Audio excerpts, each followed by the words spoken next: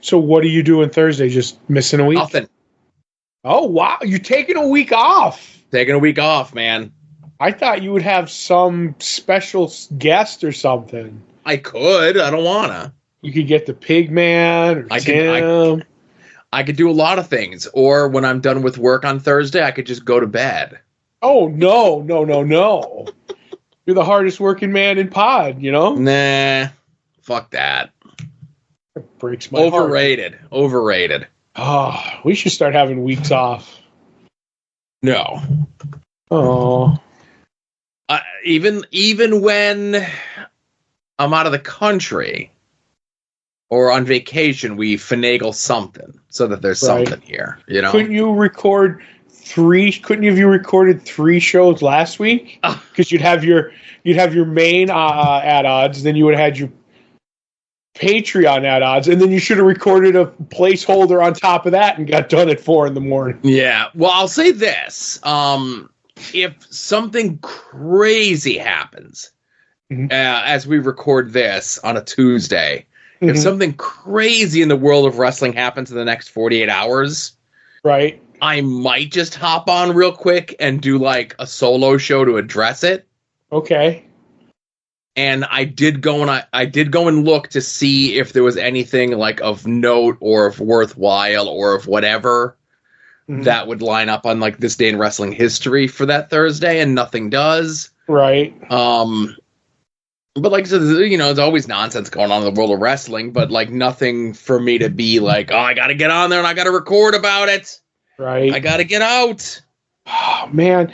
Now that the streak is broken, I don't know when I'm going to start episode 1 of At Odds, knowing that when I get there, there'll be a missing week, you know? Right. Well, what I would say is just start fresh with the following week. That's what I might do. Yes. We just passed 300 on that, and then whatever the year anniversary of it is coming up as well.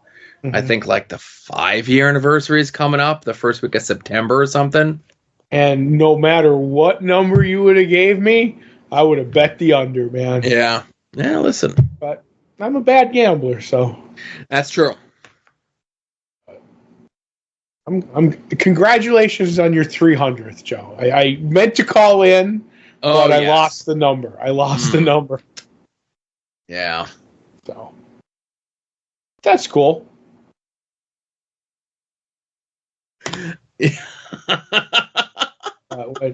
What tweet popped up? Nothing. No tweet. I'm just laughing. You're just like, yeah, that's cool. Hey, you know. Just you know what? I try to be nice when it comes to, you know, you guys and your wrestling, and I get laughed at. That hurts. I was just trying to, you know, be supportive for the first time in my trying to turn a corner, you know. So how was your weekend? I know things have been hectic here, and we've had to move the schedule around a bunch. Right.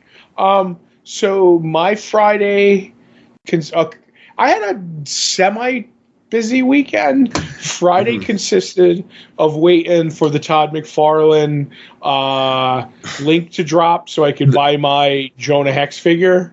How many did you end up buying? I ended up buying multiple. More than 3? No. Okay. But and I also found out that there's a platinum version. Oh boy. Which I'm not big. It comes with a white horse if you get it. And I think the colors are a little different on some of the Jonah stuff, like the jacket, whatever. If I got like one of them was platinum, I'd be more than happy. But like I would be disappointed if I got 2 platinum. Does that make any sense? Is the platinum like the chase? Yes. Okay. Like, I follow what you're saying. Sinestro? Remember when you got your Sinestro at random? Yes. Chase? Well, I guess that's the way this goes. So okay.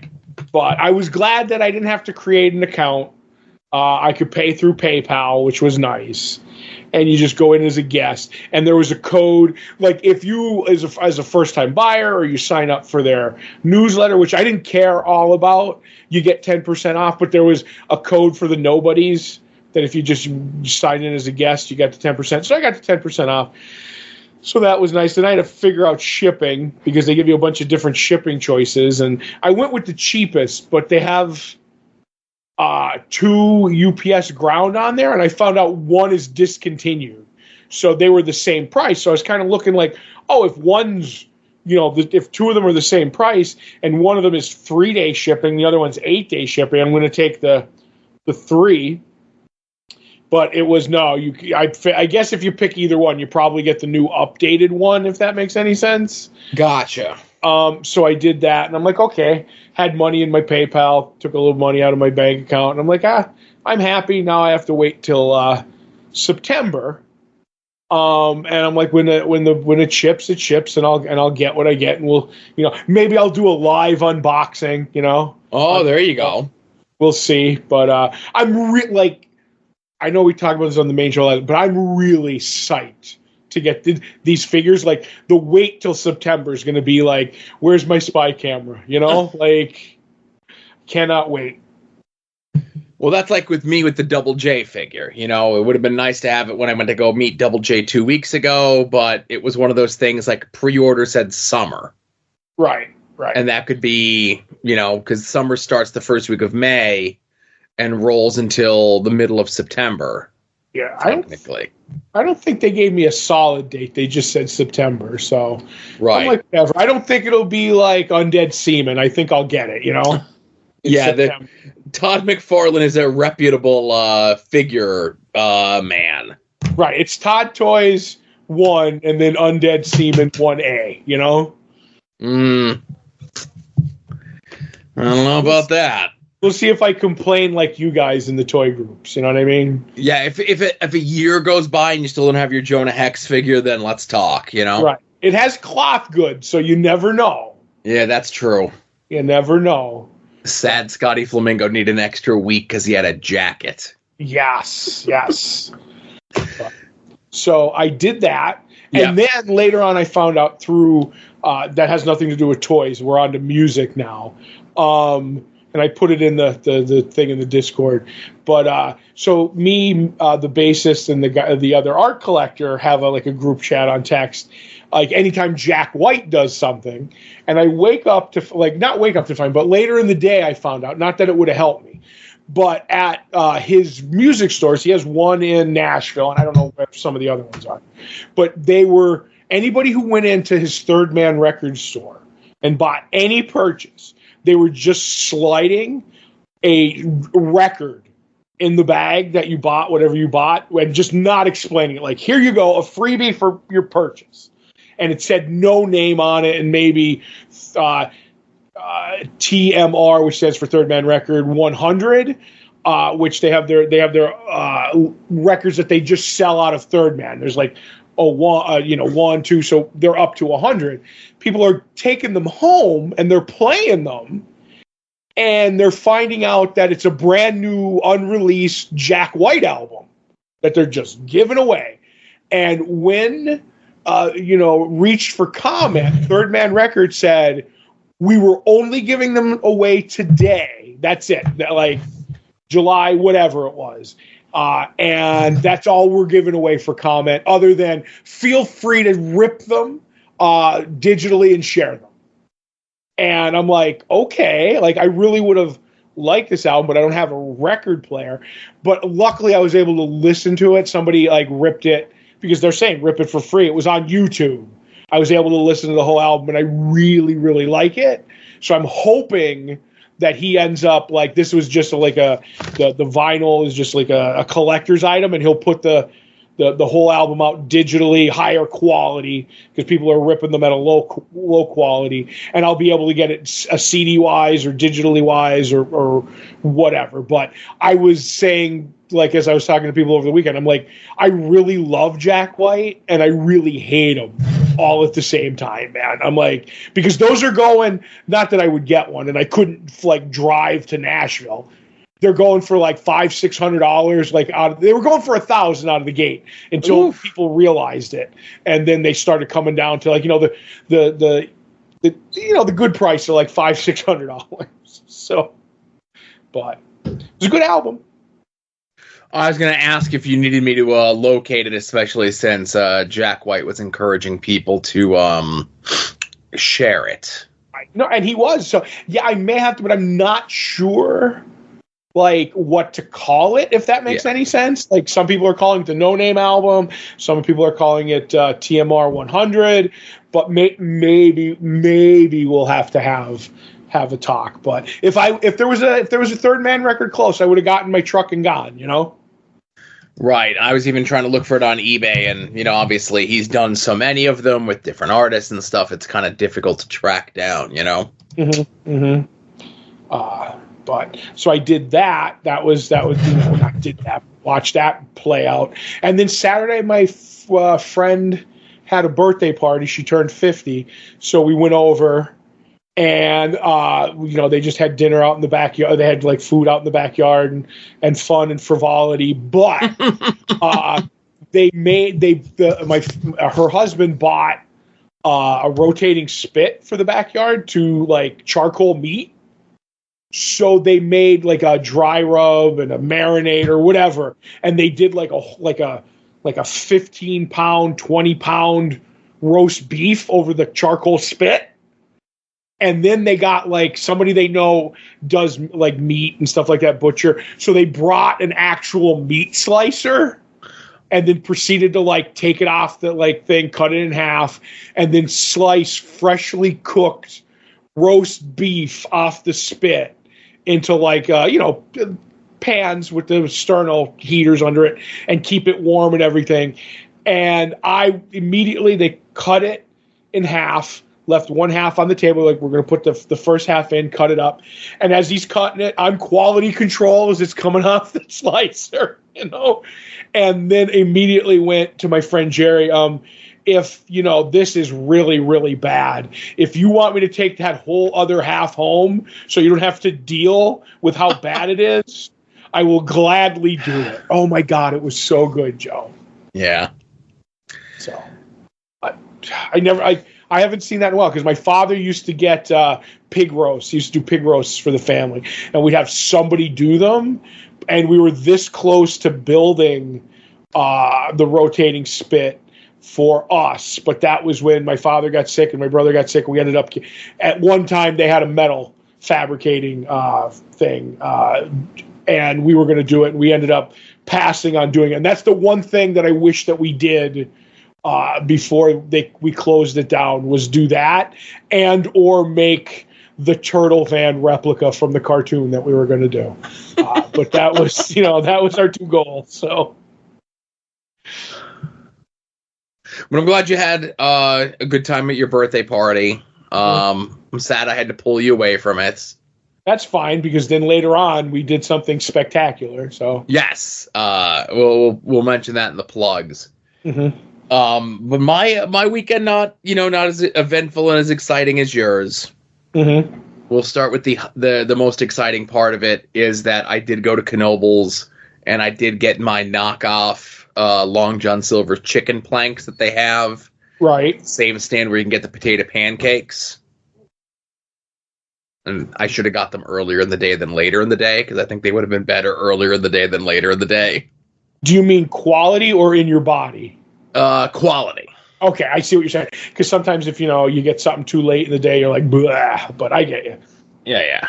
Okay. And then, April had been gone last week. We had tiptoed around it or whatever it was. But she was down there visiting family, emergency visiting family, and she was flying back on Friday. And she was doing a thing that I did not know that was a thing, where she was flying into Newark and then taking a bus from the Newark airport to the Lehigh Valley airport, which, again, cheaper ticket. I didn't know it was even a thing that you could do this, right? That your connection from one airport to another is a bus. Like, it makes sense. I just, I don't travel a lot, so. And then on Friday, there was like that weird Microsoft outage thing. Right, they had a name for it too, didn't they? Cloud something. I don't know what the hell it was called. It was something. Right.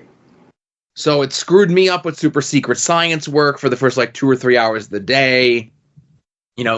some systems were up, other systems weren't. Not everyone had the access to the same systems.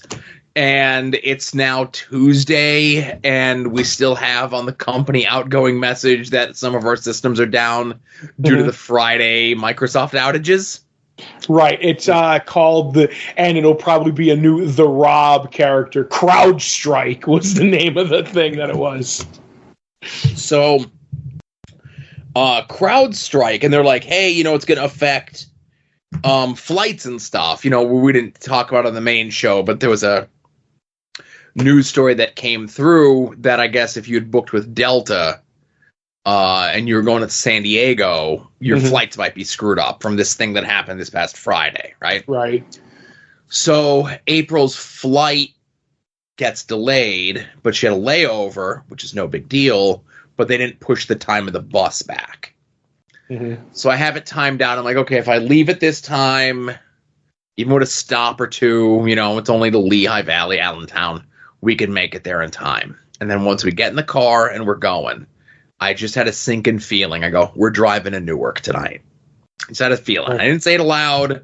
I didn't want to jinx it, but I just had this pit in my stomach. When you say we, it was you and Asa? It was me and Asa. Because, again, obviously, don't want to leave him home, but, we're going to be gone for an hour and a half, an hour and a half down, an hour and a half back, so 3 hours or whatever.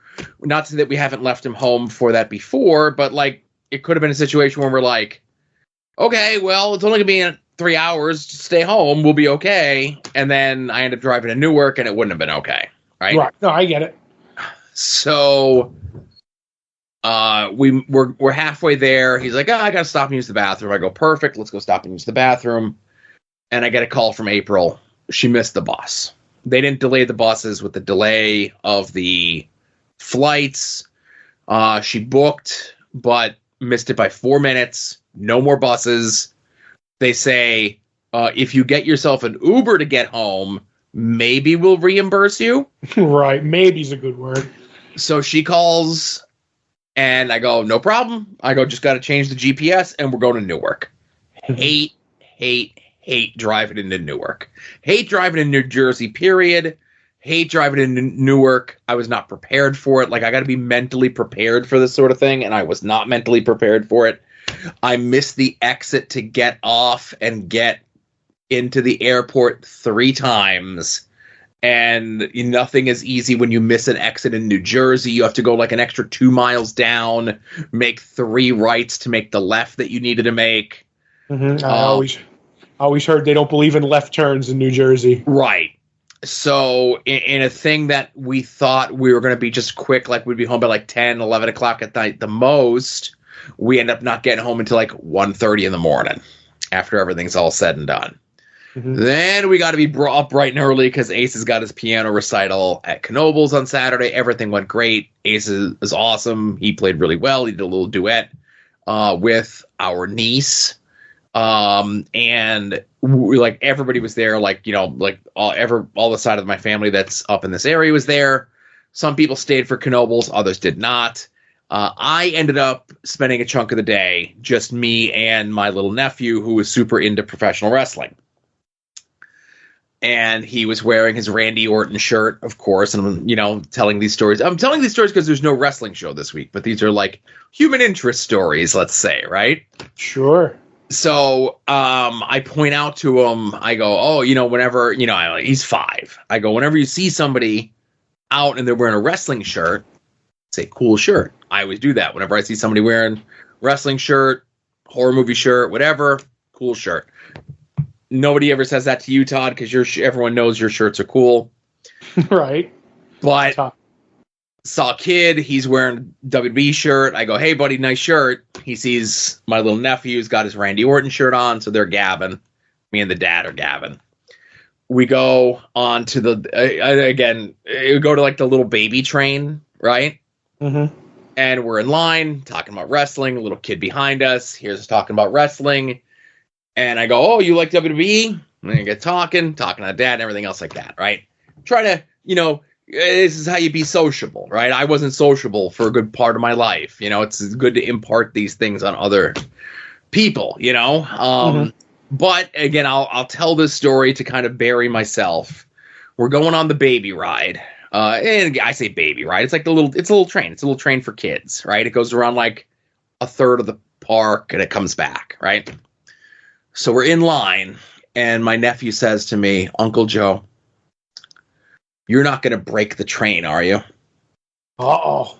You're not going to break the seats on the train because you're pretty big. And listen, I'm not kidding myself. I know I'm a man of sizable carriage, right? Mm-hmm.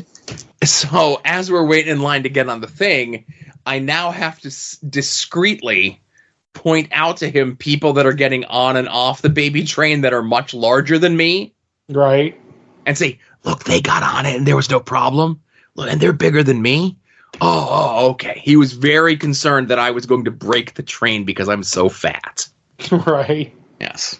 So that was a bit of a humbling moment. I should have gotten myself a double order of potato pancakes and chicken planks, but I did not. I did do a lot of walking that day, of course. Right. And then Sunday was the Mahoning Drive-In, right? Right. That was a blast, I bet. It was a good time. Show was good. 5 matches, just about $1.40, all said and done, no intermission. All the matches were good. Only 3 people got hurt. Oh boy. Your friend says hi, by the way. I was going to ask if anybody said hi, They did. I'm glad people are asking about me. Wink. Yeah. But there was it was like I said, it was a good show. And unrelated to your friend, okay? Mm-hmm. So the matches on the show was like, just trying to think here how everything went. What was the opening match? So opening thing's a tag team match, it's a singles match, a tag team match, 2 more singles matches, then a 6-person match, right? Right. And there was a time in professional wrestling where you would have your matches, and then you would also say, like, we're also going to have a wrestling bear, and we're also going to have the midgets, and we're also going to have a women's match, right? Right. These were things that were kind of treated as, like, novelties, right? Women's matches were treated as novelties? It's not every now and then that the women come to town, right? So when they would, you would make a big deal about it, okay? Right. Things are different. You know what I mean? Like, we're not supposed to handle that sort of thing. And I get it. I completely get it. Like, by putting a gender label on a match, you're attempting, whether you're doing it consciously or subconsciously, you're putting you're putting a label on the match to say this is different than all the other matches that are on the show because there's women in it. Or this is different because there's little people in it, right? Mm-hmm. Or, everyone works just as hard and so on and so forth. And, like, it's just the way that things are, right? Right. So the guy doing the ring announcing, he's been there once or twice. He's relatively new to it. And he comes out and for the 3rd match and he says, now it's time for a special ladies match or women's match or whatever it was. Went over well. And I just look at the guy who I'm doing commentary with, and I'm like, I don't know if he needed to say that, but whatever, I'm okay with it. So the match comes out, they have their match, and then maybe unrelated to your friend. Okay. When he comes out to announce the next match, he says, Todd's friend specifically told me to say that this next contest is a special men's match. Oh, boy. Yeah. So your friend was, and rightfully so, very, feels very strongly in regards to those sort of things. And I applaud her both publicly and privately to her face and to friends of hers for like kind of like saying like, hey, man, like don't put us in a box like that or whatever it is. And like, I don't think the guy did anything intentionally. I don't think there was any sort of whatever. Malice. Yeah, no malice, right? I'm just trying to think of the right words because I don't want to, because it was like, it definitely wasn't like a mean thing or wasn't a bad thing or anything else like that. It was just kind of like, hey man, like we don't do that sort of thing anymore. That's not how wrestling goes. It's supposed to be a little bit more inclusive and everyone's on a similar level, especially since Todd's friend gives it just as good as they get it, you know? Right. But like I said, the show was fun. Next thing's coming up on October 5th. That's the big one at Steel Stacks. Coming together, the surprises and the secrets and the TV stars that'll be there. At least 2, I think. I don't know. If you listen to the show, maybe that's a sprinkling of the $100 tier, I guess. All right. Yeah. I may have some questions off mic that'll end up on the $100 tier. You won't care. Won't care. But you could pretend to hype it up, right? Oh, yeah, I care. Woo! Yeah. But the one thing that Todd does care about, it's not on the it is on the $100 tier, but it's currently on the $5 tier. It'll be on the $1 tier in like 2 weeks.